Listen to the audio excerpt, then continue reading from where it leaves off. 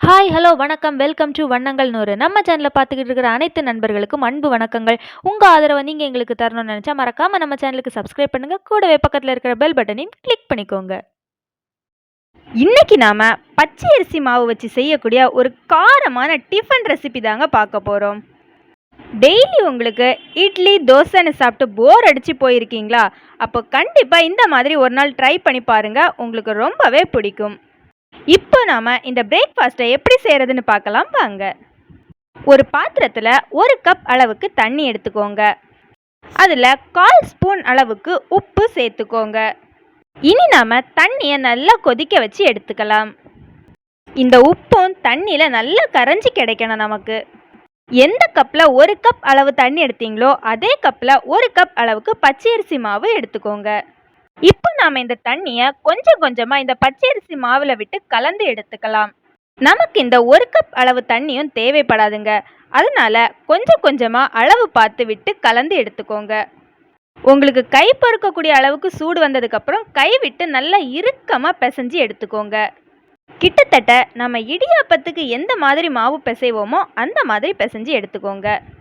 இனி நாம் இதை பால்ஸாக உருட்டி எடுத்துக்க வேண்டியதுதாங்க. ரொம்ப பெரிய பாலாக எடுத்தீங்க அப்படின்னா உள்ள மசாலா பிடிக்காது, வேகிறதுக்கு ரொம்பவே டைம் ஆகும். அதனால சின்ன சின்ன பால்ஸாக உருட்டி எடுத்துக்கோங்க. இந்த உருட்டி எடுத்த சின்ன பால்ஸை இட்லி தட்டில் வச்சு ஒரு 5 நிமிஷத்துக்கு வேக வச்சு எடுத்துக்கோங்க. இட்லி செய்யும்போது நீங்கள் எப்படி பாத்திரத்தில் தண்ணி வச்சு வேக வைப்பீங்களோ அதே மாதிரி தான் இதையும் தண்ணி வச்சு வேக வச்சு எடுக்கணும். நாங்கள் சின்ன பால்ஸாக வச்சுருக்கனால எங்களுக்கு 5 நிமிஷத்துலேயே நல்லா வெந்து கிடச்சிருச்சிங்க. நீங்கள் பெரிய பாலாக வச்சிங்கன்னா உங்களுக்கு இன்னும் வேகிறதுக்கு நல்லா டைம் ஆகும். இனி அடுத்ததாக இதுக்கு நாம் மசாலா ரெடி பண்ணலாம். ஒரு கடாயில் கொஞ்சமாக எண்ணெய் ஊற்றி கடுகு போட்டு எடுத்துக்கோங்க.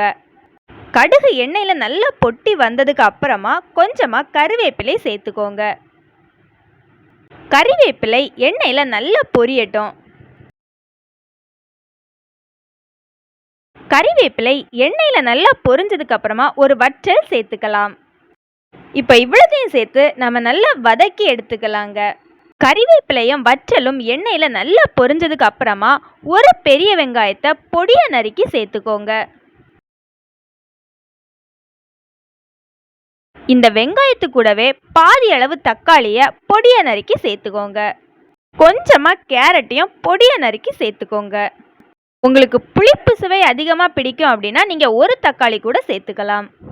இனி நம்ம இது எல்லாத்தையுமே சேர்த்து நல்லா மிக்ஸ் பண்ணி எடுத்துக்கலாங்க. பச்சை வாசனை போகிற வரைக்கும் நல்லா நாம் வேக வச்சு எடுத்துக்கலாம்.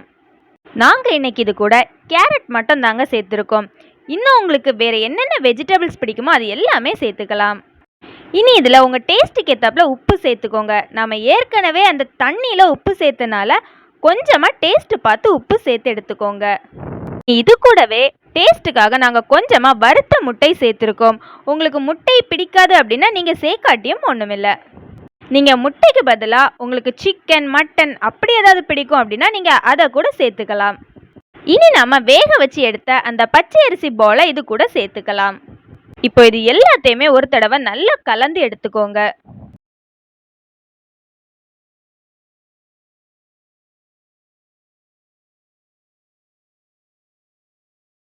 இனி நாம் மசாலாக்கள் சேர்க்க ஆரம்பிச்சிடலாம்.